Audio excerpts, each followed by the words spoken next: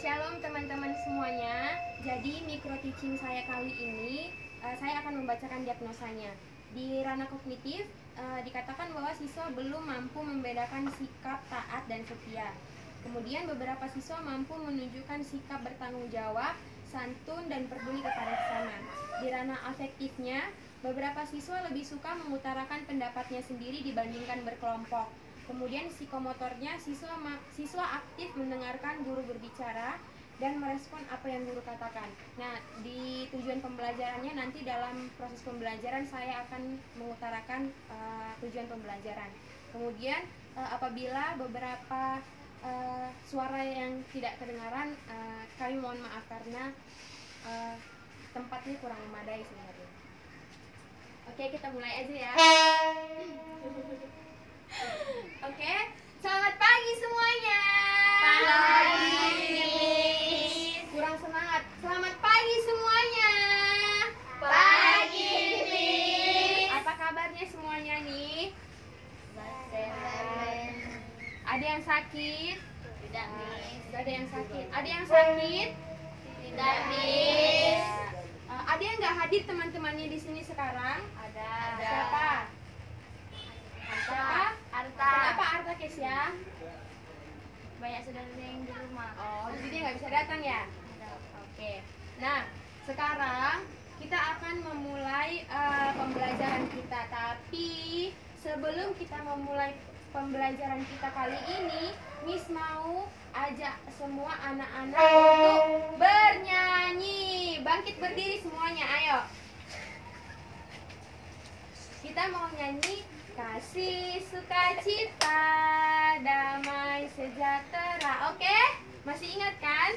Masih. Semangat kan? Semangat, Miss. Kasih, sukacita. 1, 2, 3, ya. Kasih, sukacita, damai, sejahtera, kesabaran, kemurahan,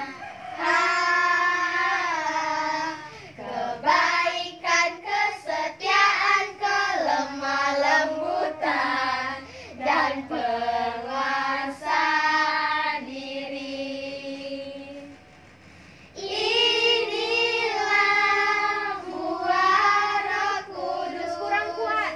mengalir dalam hidupku. Ku mau hidup dipimpin Roh Kudus setiap Sekali lagi. hari. Harus semangat. Kasih, sukacita, damai, sejahtera, kesabaran, kemurahan, kebaikan, kesetiaan, kelemah lembutan, dan perwasa diri. Kuat. Inilah buah Roh Kudus mengalir dalam hidupku. Ku mau hidup dipimpin Roh Kudus setiap hari. Oke, semuanya duduk. Kita mau berdoa. Siapa yang mau pimpin doa? Marta. Oke, sebelum kita berdoa, ingat kan lagu kita mau berdoa itu seperti apa? Miss. Oke, gimana guys ya? Tanganku ada dua, ingat? Ingat, Oke, Miss. tanganku ada dua, 1, 2, 3, ya. Tanganku ada Mana tangannya? dua, 5 jarinya. Kulipat sama-sama, lalu aku berdoa. Mari kita bersatu dalam doa. Tuhan Yesus, kami mau belajar, berkatilah kami, bukamu dengan pikiran kami dan juga sabarkanlah kami untuk mengajarin kami. Terima kasih Tuhan Yesus. Amin. Amin. Terima kasih Marta. Nah, sekarang kita akan memulai pembelajaran kita. Kelihatan nggak? Kelihatan. Nah, sebelumnya Miss mau kasih rules and procedure. Nanti kalau ada yang mau bertanya harus angkat tangan 1 jari. Kalau bertanya dan menjawab. Jadi kalau misalkan Miss kasih pertanyaan, semuanya harus bisa menjawab. Oke? Dengan cara tunjuk tangan. Nggak boleh ini Miss, aku Miss, nggak boleh kayak gitu, harus angkat tangan. Oke? Walaupun tahu terus jawaban dia benar, tapi kalau misalkan dia nggak angkat tangan, nggak Miss suruh kasih kesempatan untuk menjawab. Oke? Kalau angka 2, jari 2 itu tandanya kita mau izin. Kalau misalkan angkat tangan 5 jari artinya Tenang. ulang ya. Kalau gini apa? Izin. Kalau ini apa? Tenang. Kalau ini Bertanya jawab. Jadi kalau misalkan ada yang berisik terus kalau Missnya angkat tangan kayak gini, jadi harus diam. Terus kalau misalkan nanti Marta angkat tangan kayak gini, jadi harus semuanya Diam. Oke, kita masuk ke pembelajaran. Oh, sebelumnya nanti selama Miss kasih pembelajaran, semuanya harus perhatiin Miss. Nggak boleh ada yang ngomong ke kiri, ke kanan, ke depan, ke belakang. Oke? Harus perhatiin Miss karena nanti kita akan ada mengerjakan tugas. Nah, di sini tujuan pembelajarannya nih gini. Di dalam setiap proses pembelajaran itu harus ada tujuan pembelajaran. Misalkan kalian datang kemari belajar untuk apa? Menambah ilmu. Terus untuk apa lagi? Untuk meraih cita-cita. Sama kayak pembelajaran. Jadi proses pembelajaran itu harus ada tujuannya supaya nanti kita selama proses pembelajaran kita mencapai tujuannya, apa yang kita mau dari pembelajaran. Nah, yang pertama, tujuan pembelajarannya adalah siswa mampu menjelaskan makna ketaatan melalui kisah Gideon. Yang kedua, siswa mampu menjelaskan makna percaya. Dan yang ketiga, siswa mampu menjelaskan makna kesetiaan. Oke? Jadi, dalam 3 tujuan pembelajaran ini nanti harus kita capai selama proses pembelajaran kita. Mengerti? Mengerti, Miss. Nah, sekarang kita mau review.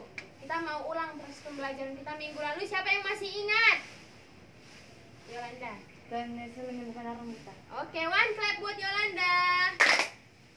Jadi minggu lalu kita belajar tentang Tuhan Yesus menyembuhkan orang buta. Sekarang kita mau belajar apa ya hari ini?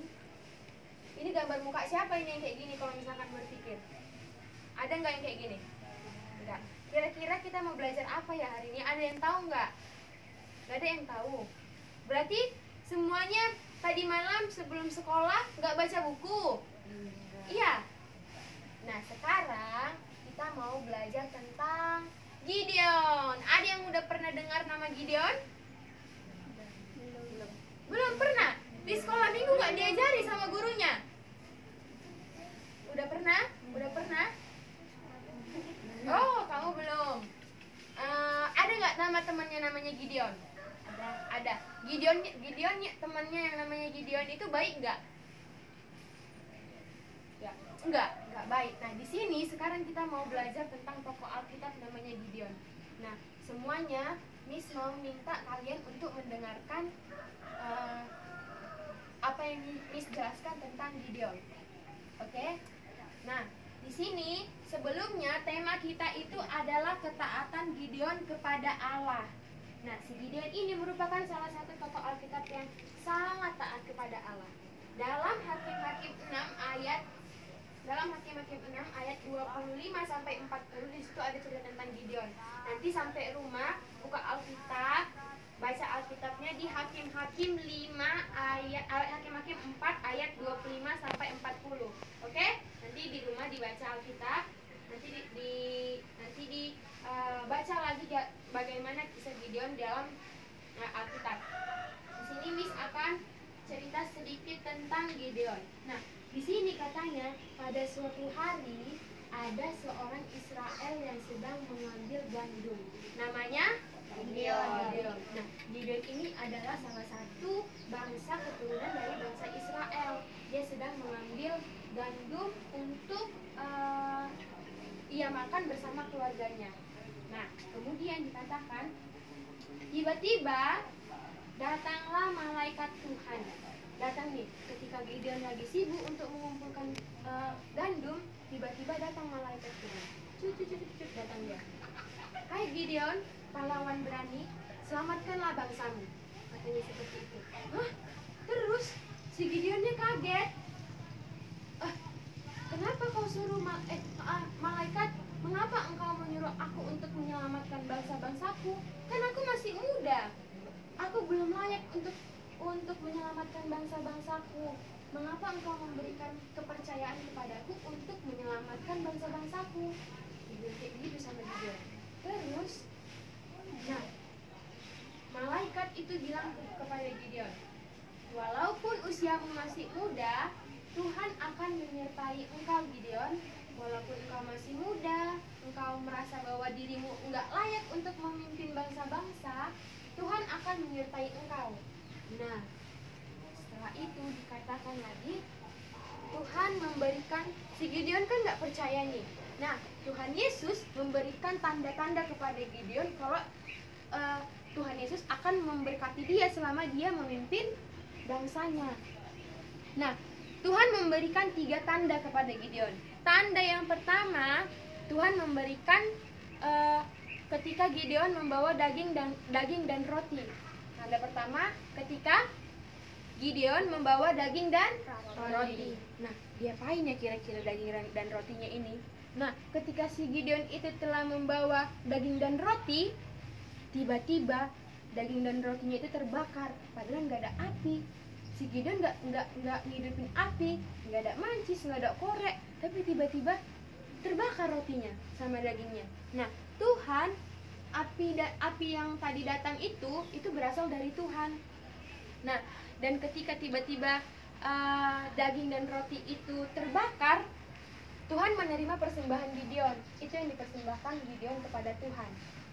Terus besoknya setelah si Gideon dia udah tidur, dia udah beristirahat, dia udah mempersembahkan persembahan kepada Tuhan berupa daging dan roti. Besoknya Gideon itu meminta tanda lagi kepada Tuhan. Pada pagi hari hanya bulu-bulu domba yang terkena embun dan tanahnya tidak. Ngerti nggak? Gideon itu minta tanda sama Tuhan. Dia kan punya bulu domba. Kalau benar-benar Tuhan menyertai, kalau benar-benar Tuhan engkau menyertai aku, bulu domba ini akan terkena embun dan tanahnya tidak. Gideon bilang kayak gitu sama Tuhan. Ternyata benar, Tuhan memberi embun di bulu domba saja, tidak di tanah. Jadi hanya bulunya yang berembun, tanahnya tidak. Itu adalah tanda kedua. Tanda yang pertama tadi apa? Roti yang terbakar. Oke, pintar. Yang kedua? Bulu domba Berembun, tanahnya tidak. Kemudian besoknya hanya tanah saja yang terkena embun. Itulah tanda ketiga. Tadi kan tanda kedua hanya bulu dombanya saja yang berembun. Besoknya tanahnya yang kena embun. Nah, kemudian akhirnya si Gideon percaya sama Tuhan. Oh, ternyata benar yang dikatakan malaikat bahwa Tuhan akan menyertai aku. Buktinya apa yang menjadi keinginanku untuk Tuhan memberikan tanda atas bulu domba dan daging yang terbakar itu benar-benar nyata. Akhirnya si Gideon menjadi percaya bahwa Tuhan akan menyertai dia dalam memimpin perang. Akhirnya si Gideon memimpin perang karena dia kan tadi dia bilang umurnya yang masih muda, dia nggak yakin, dia nggak percaya, tapi karena dia udah melihat tanda-tanda yang diberikan Tuhan Yesus, makanya dia berani untuk menjadi pemimpin perang. Nah, apa yang kita pelajari dari kisah Gideon? Siapa yang mau jawab? Tadi kan Gideon pertamanya dia pertamanya ragu, dia nggak percaya, kan aku masih muda Tuhan, nanti bagaimana aku kalau mau memimpin perang? Orang lain aja lah. Terus Malaikat Tuhan bilang, tidak Gideon, Tuhan akan memberkati engkau walaupun engkau muda, walaupun engkau masih merasa dirimu tidak mampu, Tuhan akan memberkati engkau. Mana buktinya Tuhan akan memberkati aku? Diberikanlah sama Tuhan Yesus tanda-tanda kepada Gideon. Terus dia percaya. Nah, kira-kira apa yang kita pelajari dari kisah Gideon ini? Ada yang bisa jawab? Ada yang bisa jawab? Ayo. Miss itu 1 sampai 5. Kalau nggak ada yang bisa menjawab, Miss bakal tunjuk. 1. Marta. Kita bisa mempelajari supaya kita percaya kepada Tuhan. Oke, one clap buat Marta. Ada lagi? Siapa lagi? Cuma Marta murid Miss di sini. Siapa lagi yang bisa? Lydia? Apa Lydia kira-kira? Kan tadi udah dengar cerita tentang Gideon. Apa yang kira-kira Lydia dapatkan dari kisah Gideon ini, Lydia? Kita harus percaya kepada Tuhan bahwa Tuhan telah memberkati kita. Oke, one clap. Nah, benar yang dikatakan Lydia dan Marta bahwa sekalipun kita merasa tidak yakin untuk apa yang kita kerjakan, Tuhan bakal menyertai kita walaupun kita masih muda, walaupun kita masih tidak mampu. Kita harus percaya sama Tuhan karena Tuhan bakal menyertai kita. Kalau dibilang Tiara, kerjakan PR, dikasih ibu guru misalkan, Tiara kerjakan ya PR bahasa Indonesia dari halaman sekian sampai halaman sekian. Terus si Tiara sampai rumah dia nggak percaya, kayaknya nggak bisa aku kerjakan, malas lah aku mengerjakan, udahlah biar aja besok contek sama temanku. Nggak boleh, kita harus yakin sama diri kita bahwa kita bisa. Berdoa sebelum mengerjakan tugas, sebelum mengerjakan PR di rumah, kita harus berdoa dulu. Tuhan Yesus, berkatilah aku mau belajar, berikanlah kepintaran kepada diriku supaya aku bisa mengerjakan tugas-tugasku. Walaupun nanti hasilnya misalkan nggak maksimal, nggak apa-apa, kan kita udah mengerjakan sendiri. Kalau misalkan diperiksa ibu guru terus hasilnya nggak memuaskan, berarti tandanya kita harus belajar lagi, harus percaya lagi sama Tuhan. Jangan misalkan udah dapat nilai rendah terus nggak mau aku belajar, nggak percaya aku sama Tuhan, nggak diberkati Tuhan Yesus pun aku percuma aku udah berdoa. Misalkan si A dia dapat nilainya 100, aku cuma 50, padahal tadi malam aku belajar terus aku berdoa, dia kayaknya nggak berdoa. Nggak boleh kayak gitu. Terus besok-besoknya kita nggak mau berdoa lagi sama Tuhan, nggak mau belajar, nggak boleh. Tapi harus percaya, harus taat sama Tuhan kalau kita bakal diberikan kemampuan, kepintaran. Nah, Miss mau tanya, dari kisah Gideon tadi, sifat Gideon itu yang pertama apa? Yang bisa kalian lihat dari Gideon? Tidak percaya. Tidak percaya? Tidak percaya sama Tuhan. Tidak percaya sama Tuhan. Terus akhirnya dia jadi apa? Percaya. Jadi percaya. Berarti Gideon itu seorang yang orang yang percaya. Terus yang kedua, Gideon itu yang bagaimana dia? Orangnya ragu. Terus tiba-tiba dari ragu terus dia misalkan tadi kan dia ragu, nggak percaya sama Tuhan. Dia ragu, aku masih muda, aku nggak yakin sama diriku. Akhirnya dia apa? Berani. Akhirnya dia berani. Dari dia ragu, dia nggak percaya, dia jadi percaya sama Tuhan Yesus. Dia jadi berani, jadi pemimpin apa? Pemimpin perang. Terus yang ketiga, sifat Gideon itu setia sama Tuhan. Kalau misalkan dia nggak setia sama Tuhan, dia nggak percaya sama tanda-tanda Tuhan yang tadi Tuhan berikan, 3 tanda tadi. Itulah bukti bahwa dia setia. Dia mengikuti perintah Tuhan. Dikatakan, Gideon, kau harus memimpin bangsa-bangsa, kau harus memimpin perang, kau harus memimpin atas bangsa-bangsamu Israel. Dia lakukan nggak? Dilakukan Gideon nggak? Artinya bahwa Gideon itu setia. Kalau misalkan Gideon nggak setia, untuk apa capek aku, nanti aku mati, terus nanti nggak nanti Tuhan nggak menyertai aku, untuk apa, nggak usah lah aku kerjakan. Ada nggak dibilang Gideon kayak gitu? Dikerjakan nggak sama Gideon? Dikerjakan. Nah, kalau misalkan nih semuanya di rumah, kalau misalkan disuruh mamanya dikerjakan nggak? Yakin? Nanti Miss tanya lo mamanya nih, kalau betul nggak dikerjakan, Miss apain kalian? Dikerjakan nggak? Ada yang dikerjakan. Apa contohnya, Lydia? Itu disuruh mama apa Lydia sendiri yang kerjakan? Lydia. Ada lagi nggak yang kayak Lydia? Misalkan bangun tidur, tempat tidurnya dibereskan nggak? Dibereskan. Yakin? Mamanya yang bereskan atau kalian yang bereskan? Harus seperti itu, harus jadi anak yang taat ke orang tua, harus jadi anak yang taat sama Tuhan Yesus. Caranya apa, Miss? Caranya datang ke gereja setiap hari Minggu, berdoa, sering baca Alkitab. Jangan baca Alkitab hanya pas hari Minggu aja, waktu pas guru sekolah minggunya mendengarkan firman Tuhan saja. Terus kalau misalkan waktu di sekolah belajar agama aja, enggak. Setiap hari itu harus baca Alkitab, baca buku, baca Alkitab. Terus kalau misalkan orang tuanya suruh di rumah untuk bersihkan tempat tidur, harus dibersihkan. Oke? Janji? Janji. Oke, Miss tanya ya besok sama orang tuanya. Kalau misalkan nggak dibilang, enggak lah, nggak ada pun dibuat si Tiara semalam itu bereskan tempat tidur. Udah pun kusuruh Bu Guru, tapi nggak dibuat sama si Tiara. Awas kalian ya. Nah, di sini Miss ada kasih contoh sikap taat dan setia. Yang pertama, belajar dengan giat. Siapa di sini yang yakin bahwa dia selama ini belajarnya dengan giat? Marta, Kesia. Lah cuma Marta sama Kesia dari 8 orang. Tiara, siapa lagi? Semuanya belajar dengan taat nggak ini? Belajar dengan taat. Nah, Marta belajar dengan taat, dapat konten berapa paling waktu kemarin dapat rapot?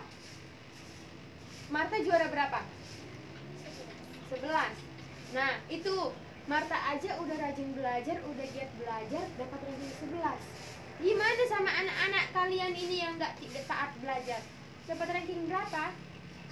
Jadi harus belajar. Oke Marta, harus ditingkatkan lagi belajarnya biar dapat ranking dari 11 bisa ranking 3, harus bisa ranking 3. Jadi harus belajar dengan giat. Iya, tiap hari. Kalau misalkan besok belajarnya matematika. Nah, besok sebelum sekolah, malamnya harus belajar matematika. Jangan main HP, buka Instagram, buka Facebook. Anak-anak kelas 2 nggak boleh lah kayak gitu, ya. Oke? Nah, yang kedua, harus rajin berdoa. Siapa di sini makan berdoa? Mau tidur berdoa? Kesia, kalau mau tidur nggak berdoa? Kesia. Siapa kalau misalkan bangun tidur berdoa? Oh, bangun tidur. Kalau mau tidur aja berdoa. Kenapa bangun tidur nggak berdoa? Hah? Lydia, kenapa bangun tidur nggak berdoa, Lydia? Kan mau tidur berdoa, masa bangun tidur nggak berdoa? Lupa. Jadi minggu depan, mulai besok, kalau mau tidur berdoa, bangun tidur berdoa juga. Masa bangun tidur nggak berdoa tapi tidur berdoa? Kan nggak balance ya. Yang ketiga, berpakaian rapi. Mau ke sekolah, mau gereja, harus berpakaian rapi. Jangan nanti misalkan ke sekolah dasinya nggak dipakai, terus upacara nggak bawa topi, kaos kakinya warna hitam, nggak boleh. Harus berpakaian rapi. Datang ke sekolah bajunya dimasukkan, pulang harus tetap dimasukkan, nggak dibuka. Oke, jangan keluar bajunya kan pakai rok, harus bajunya tetap rapi. Yang keempat, membantu orang tua. Kayak yang Miss bilang tadi, kalau misalkan mamanya minta tolong cuci piring, ambil kain, lipat kain, harus dilakukan.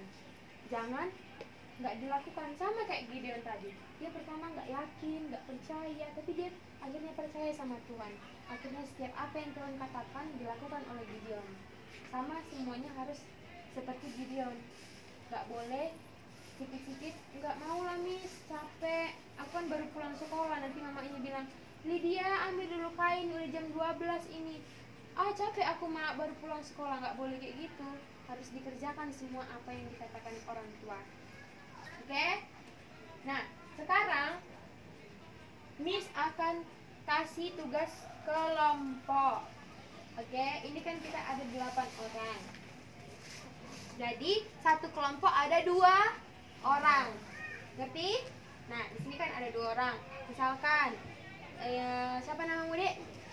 Jessie sama Tiara, Marta sama Febri, Keisha sama Lydia, Yolanda sama Nomi di sini. Nah, di sini kan tadi kita udah belajar tentang setia, taat, berani. Nah, di sini ada contoh-contoh mana anak yang taat, mana anak yang setia, mana anak yang percaya. Jadi di sini dibilang berikan tanda checklist pada gambar yang menunjukkan sikap taat, setia dan percaya, dan berikan tanda silang pada gambar yang bukan menunjukkan sikap taat, setia dan percaya. Ini gambar apa? Membantu orang tua. Dia setia nggak? Dia taat nggak sama orang tuanya? Setia. Taat. Jadi harus berikan tanda checklist. Ini dia taat nggak? Lagi ngapain dia ini? Berantem. Ya. Jadi nanti di sini kasih tahu sama Miss, ini lagi dia membantu orang tua, terus centang. Terus ini dia lagi berantem, checklist gitu. Centang. Silang. Oke, ngerti? Nah, Miss kasih ya 2 orang harus diskusi sama teman-temannya. Ini pulpennya.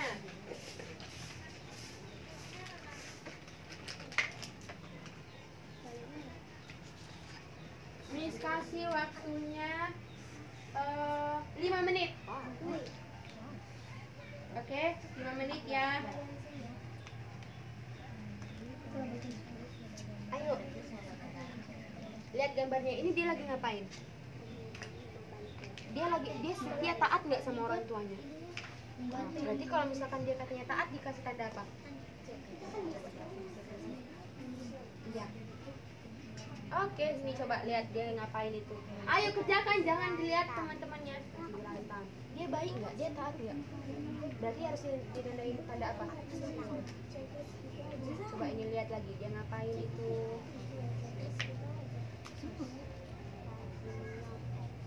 Ayo diskusi sama temannya.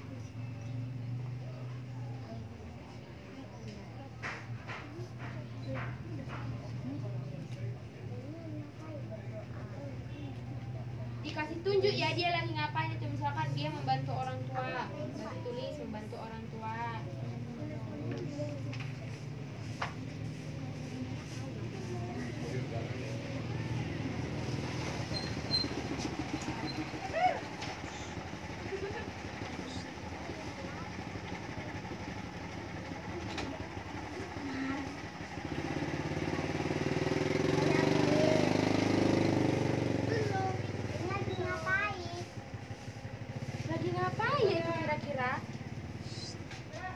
Lagi ngapain itu? Main game.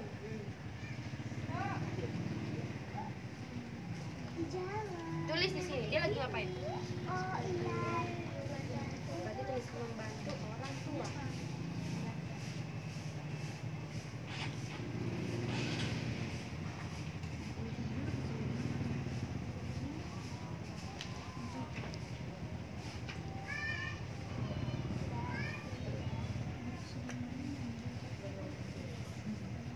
Kalau ada yang susah tanya Miss ya.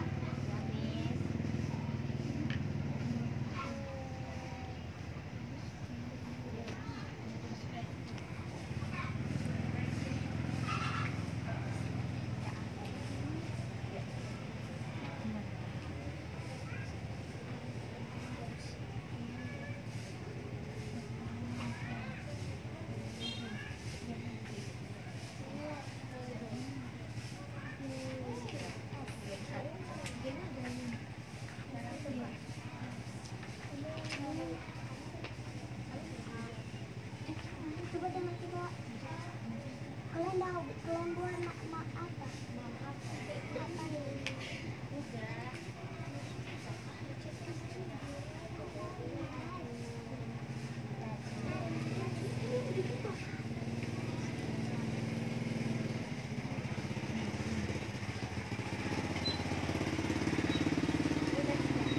Udah?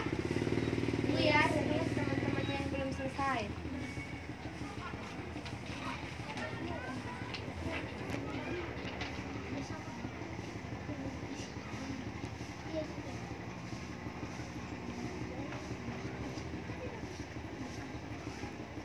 Udah semuanya?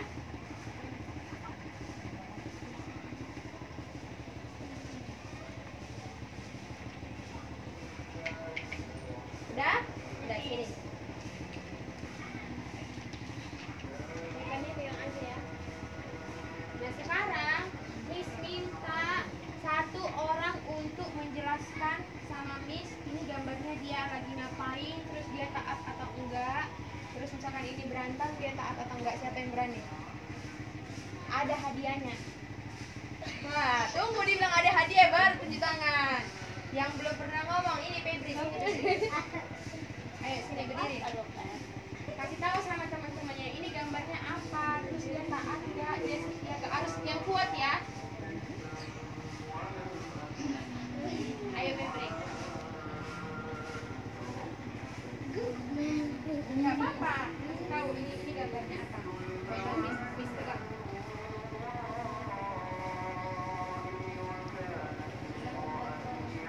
Dia taat enggak?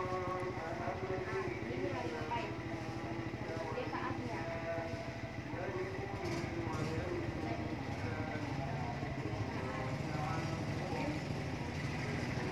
Taat enggak? Dia taat enggak?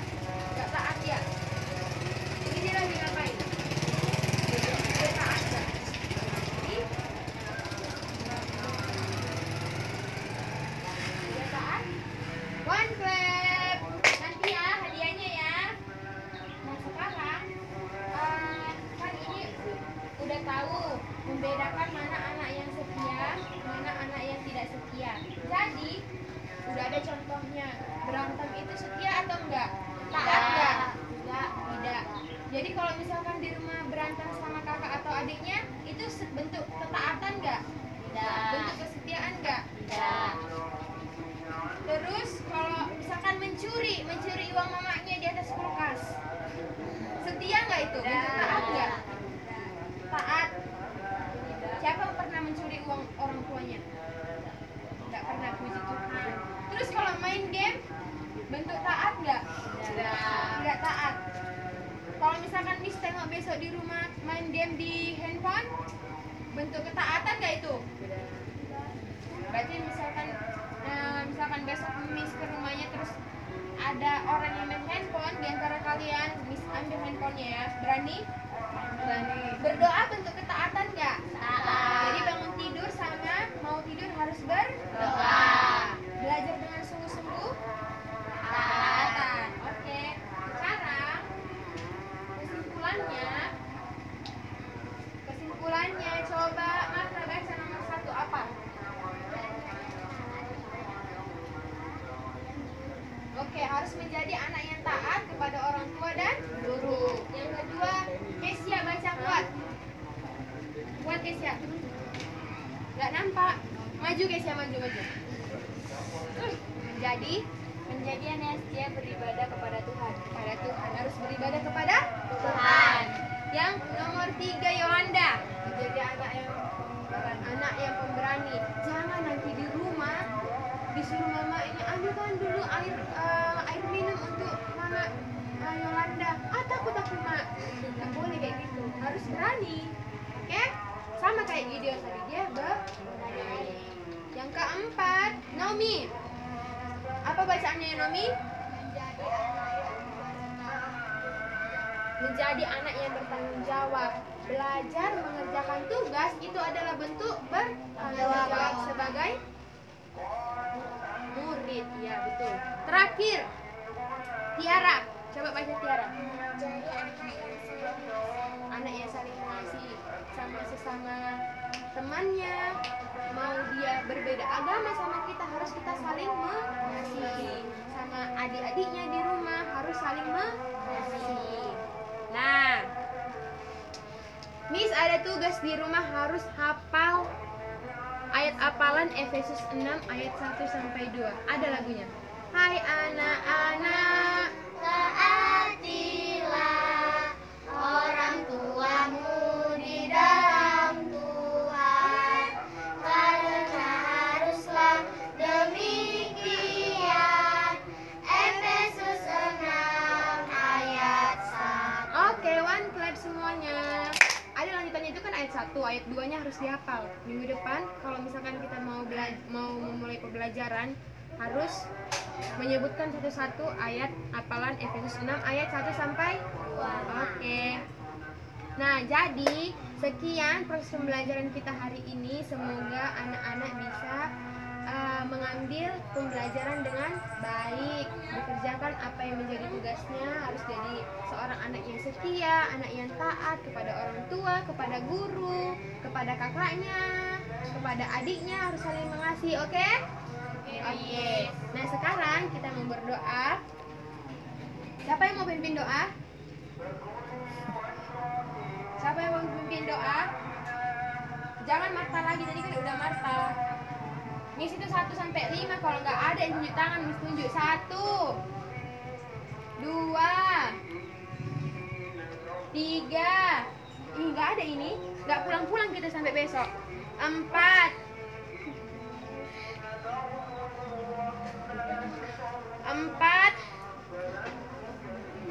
Nggak ada. Miss tunjuk ya. Yolanda.